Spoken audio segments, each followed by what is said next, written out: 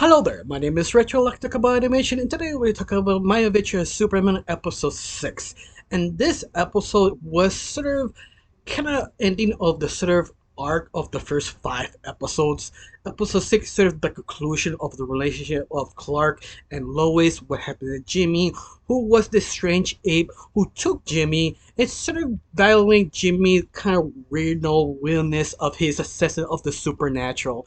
Everything sort of conclude of this episode. In this episode had to be, I have to at least rate it being good but not amazing because it sort of fall into that sort of cheesy anime trope of we friends, we all be brothers, cliche after cliche, but done I think satisfaction. I feel fulfilled. I don't think it's the best episode because this is sort of the down climax of everything else. Because let's face it, it's sort of hard to beat episode 5 and episode 4. This is sort of the slow down in between the whole series. But yet, I really did enjoy it. Especially, you keep it real, who is this gorilla? And this gorilla, I was sort of disappointed, wasn't Gorilla Grodd, was a completely different gorilla that you don't know.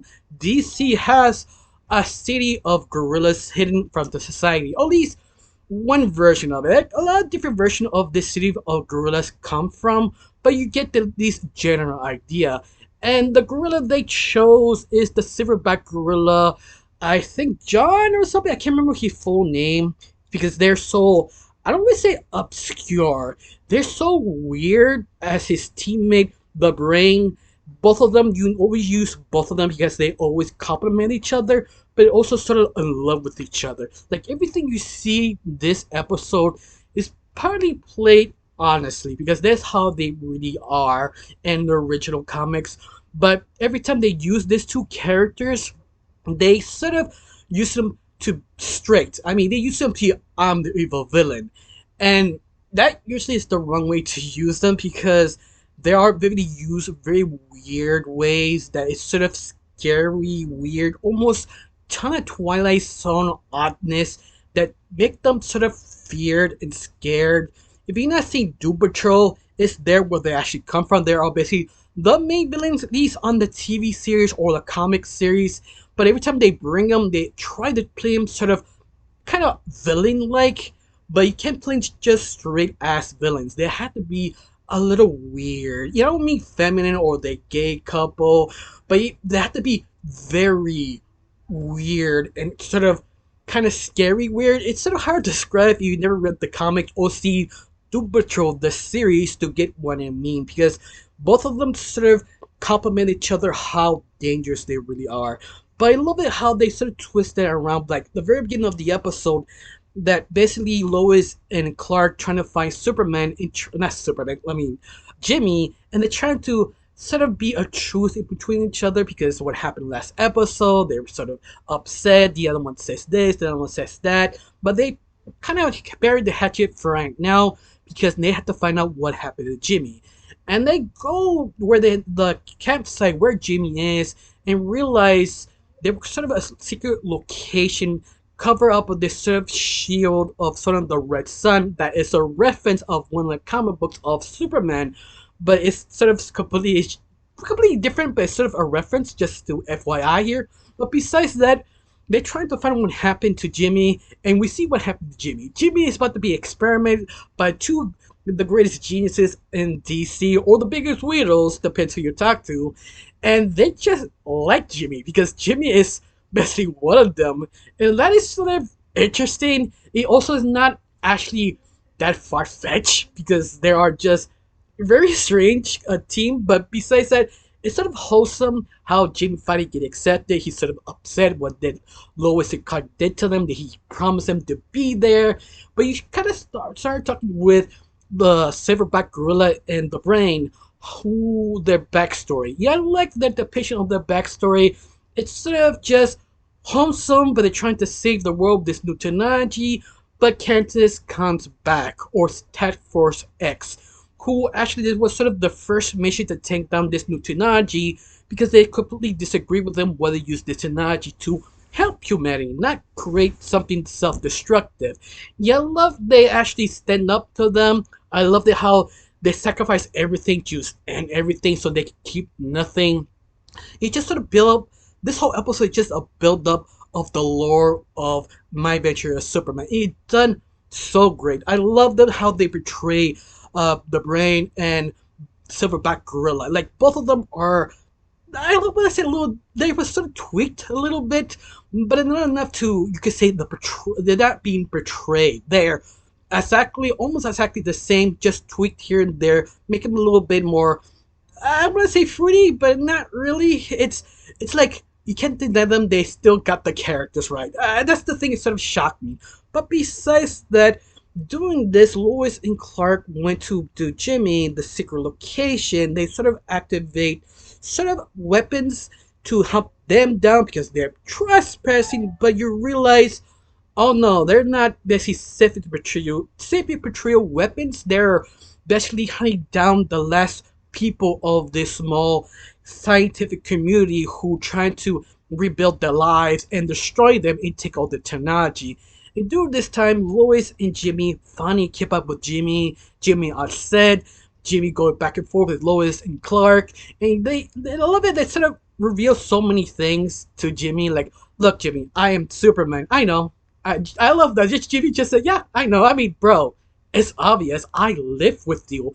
It's super obvious the thing you do. But I love it that how nonchalant Jimmy really is. Like, yeah, I knew. Like, it's obvious, bro, because we are bros. Yeah, I love that sort of bromance understood, bro, that I don't want to push you. I'm just gonna let you do your thing for a little while till you feel confident enough to talk to me. And that was great, I have to admit. But I love it, the sort of argument that all three have, how Lois sort of upset that not Lois. I mean, Jimmy upset they told Lois. Lois knew, but didn't tell them. Both of them said that uh, Kent doesn't really tell them who he is, but at the same time, it's sort of hard to describe who he is. He doesn't know what he is or has any answers. But he never went full conversation breakdown because they just give you bit by bit because so many things happening. The whole sort of the action, I want to say it was something 90% well handled. That percent, 10% I wish they rushed it or cut some things here and there. But all that I feel that sort of moment, it worked. It was fun. It was enjoyable. Of course, I love it that the conversation with the silverback gorilla and the brain was sort of interesting because they will be honest to Jimmy, but not fully honest. They keep lying to them, like, well, we did this. And Jimmy looking at what you told me, you just experimenting, basically fixing some things, but not experimenting. No, no, no. We said we fixing. We didn't say we doing that. I mean, we're bored, man. We need to do something. Yeah, I love that sort of weird, honest answer. Like we need to do something. And that's just a real thing. Like, yeah, we're geniuses. What do you expect us to do? Do nothing. You know, that enjoyment. But I love that sort of kinship with the brain and Silverback Gorilla with Jimmy and also Clark Kent because Silverback Gorilla noticed you one of us. You one of us weirdos. Be with us. We are family to each other. But I love it that sort of wisdom that the brain trying to tell Clark. Like, yeah, this world won't accept you. Just follow us. We go to a different universe that we be accepted. But I love it that being Superman, like, you still have hope because this is goddamn Superman. He's a bottomless, hopeless man who has so much hope. Even the world's ending, he'd probably be the last person there to still believe we could get out of this. And that's why it makes Superman so damn likable. You're just like, yeah, bro, if Superman was there, I'd be white with him. Like, we can't leave this place. This place, we can make it work. Come on, we got the Big Bang, we have Boy Scout. I really enjoyed that. But at the same time, the one other conversation, Task Force X, Kingman, basically attempting to continue what left off, destroy whatever left, and take that technology. But doing that, they decided to use a black hole once again to basically escape because they want to be free. But I find it interesting how they'll be okay with this. Like they figure out how to escape a gorilla, not gorilla, gorilla, silverback gorilla, and Brain went their own ways and escaped. But I feel so interesting is what happened to the very end. Like the general Brain Parasite to make a sort of between deals. Like you could get freedom if you help us, but you have with actually accepted that we allow you to kill Superman because my enemy is my friend. So it's a good deal, I have to say. Yeah, I love it how Parasite, yeah, it is a great deal. Let's do this. And I can't wait for the next episode because after it ends everything, after it ends the conversation, the understanding of all three friends, like we have to move on from this, we know what secrets, what, we figured it out. But I love the sneak peek of the next episode because it's basically Mr. Piglet. Oh, I'm sorry I said the wrong name, but Mr. Piglet. God damn, I can't say his name, but you know who I'm talking about. You see the sneak peek. If you don't know who that character is, he is probably the most powerful, or at least third or fourth most powerful character in DC. He usually a SOB who messes with Superman. He is technically an enemy, but not really. He's just a asshole, just want to mess with Superman, and Superman really can't do anything because he's sort of a guard, like a level god level kind of manipulated universe type of god, so you can't touch him or hurt him. You have to oversmart him. Yeah, I'm sort of surprised how they introduce him and change his design. It just feels interesting to see what's gonna happen to this character. What are they gonna use him from? I'm super curious to see the next episode.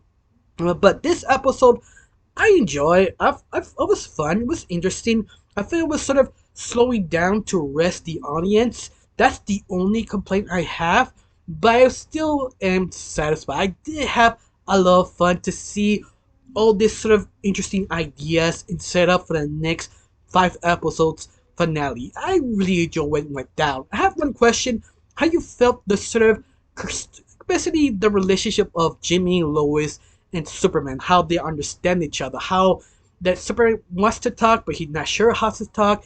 The conversation went well, but at the same time, it wasn't the full conversation. It was, they could say, half the conversation, but it was enjoyable. It was interesting. Now I have one question: how you felt about this episode? Do you hate it? Do you like it? You feel it needed more, or you think it's the perfect? Tell me down below. Let me know. I got nothing else to say. Just thank you for watching. Don't forget to subscribe. You have a wonderful day. Bye.